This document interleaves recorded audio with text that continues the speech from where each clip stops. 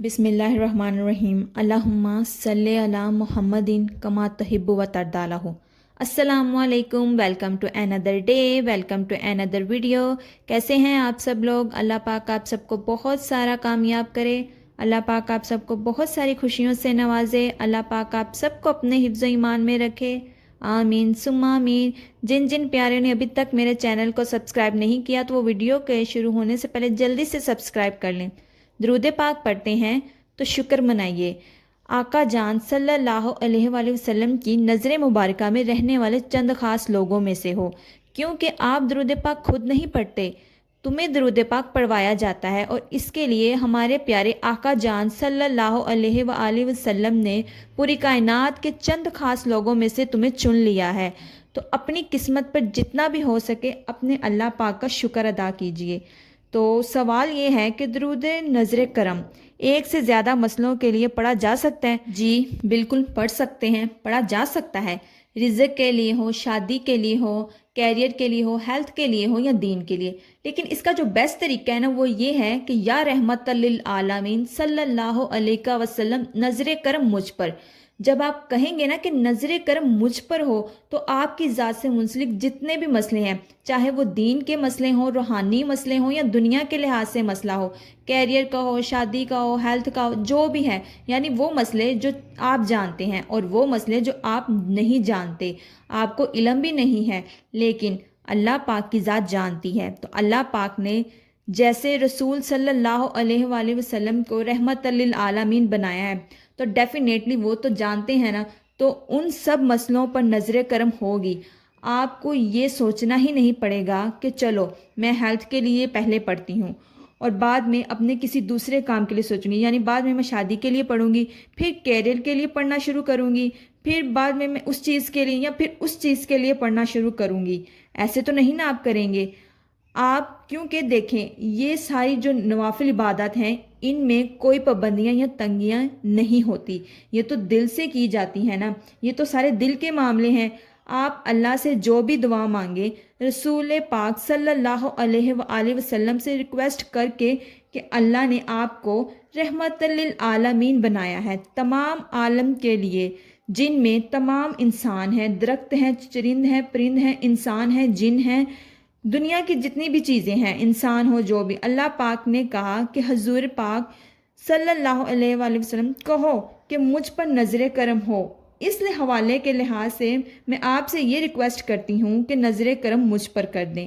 اس طرح اگر آپ کسی بھی عزیز کے لیے پڑھنا چاہتے ہیں، کسی اولاد کے لیے، تو اس میں سے آپ اس طرح پڑھ سکتے ہیں کہ یا رحمت للعالمین صلی اللہ علیہ وسلم نظر کرم میرے والد پر، یا رحمت للعالمین صلی اللہ علیہ وسلم نظر کرم میری والدہ پر، یا اسی طرح میری بیوی پر. اگر شدید کوئی بیماری ہے یا اس بیماری کا کوئی ایسا مسئلہ ہے جو حل نہیں ہو رہا تو آپ اس طرح کہیں یا رحمت للعالمین صلی اللہ علیہ وسلم نظر کرم میری بیماری پر. انفارچونیٹلی کیا ہوتا ہے کہ ہم نا اپنی عبادات میں بھی شارٹ کٹ ڈھونڈ رہے ہوتے ہیں کہ ایک تیر سے دو نہیں، 3 4 5 10 جتنے بھی ہو سکے بس ہم شکار کر لیں. تھوڑا سا درود شریف پڑھتے ہیں لیکن جب ہم دعا مانگتے ہیں تو ہم کہتے ہیں یہ بھی مانگ لیں وہ بھی مانگ لیں، کچھ بھی بس مانگ لیں. لیکن درود شریف بڑی مشکل سے ہم نے 10 منٹ پڑھا ہوتا ہے اور دعائیں ہماری 20 منٹ کی ہو جاتی ہیں، اور 10 منٹ کی بھی جو تسبیح ہم نے پڑھی ہوتی ہے نا وہ بھی کوئی خاص توجہ سے نہیں پڑھی ہوتی، نہ ہی اس میں کوئی دھیان ہوتا ہے. مگر دعا جب ہم مانگتے ہیں تو مجال ہے کہ ہمارا دھیان ادھر ادھر چلا جائے.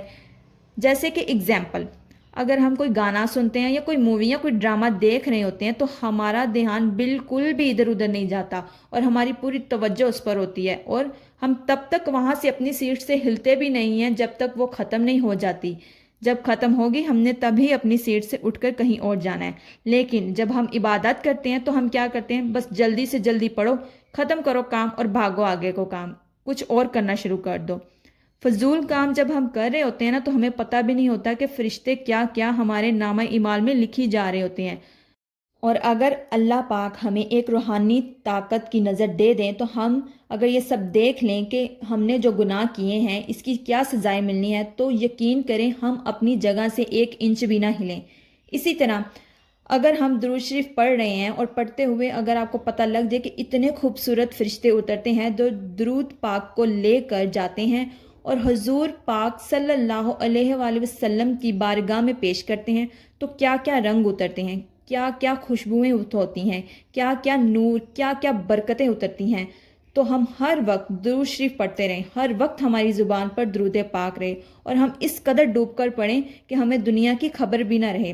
ایک چھوٹی سی ٹپ ہے جو میں آپ سے شیئر کروں گی کہ اگر آپ دن میں ہزاروں بار درود شریف پڑھتے ہیں اپنی کسی مقصد کے لیے، لیکن اس کے ساتھ ایک تسبیح، صرف ایک تسبیح اس طرح پڑھ لیں کہ آپ کو وہ تسبیح صرف اس لیے پڑھنی ہے کہ اللہ پاک کا حکم ہے، اور آپ اس تسبیح کو صرف اللہ پاک اور حضور صلی اللہ علیہ وآلہ وسلم کی محبت میں پڑھ لیں، صرف ایک تسبیح شروع کریں۔ اگر ایک تسبیح سے نہیں پڑھ سکتے تو آپ 11 ٹائم سے پڑھ لیں، لیکن پڑھیں صرف خالص اللہ اور رسول پاک صلی اللہ علیہ وآلہ وسلم کی محبت کے لیے۔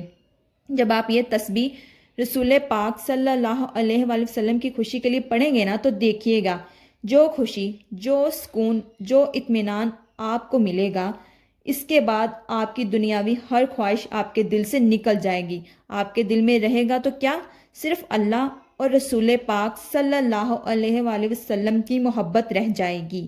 تو اس محبت سے بھری تسبیح کو پڑھنے کا جو صحیح وقت ہے وہ تہجد کے بعد کا وقت ہے، دوسرا فجر کے بعد کا وقت ہے، تیسرا عصر کے بعد کا وقت ہے، یعنی عصر کی نماز کے بعد کا وقت ہے۔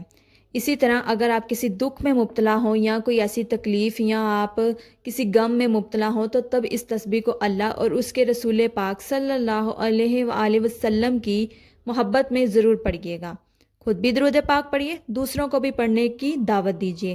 ویڈیو کے آخر میں آپ سے یہی کہنا چاہوں گی، نہ تو میں کوئی ڈاکٹر ہوں اور نہ ہی اسکالر، نہ ہی کوئی عالمہ ہوں، ایک عام سی انسان ہوں، گنہگار خطا کار سی انسان ہوں، بس اپنے پیارے اللہ پاک کو راضی کرنے کی کوشش کر رہی ہوں۔ آپ بھی دعا کیجیے اور میں بھی دعا کرتی ہوں کہ اللہ پاک آپ سے، مجھ سے، ہم سب سے راضی ہو جائیں۔ آمین ثم آمین۔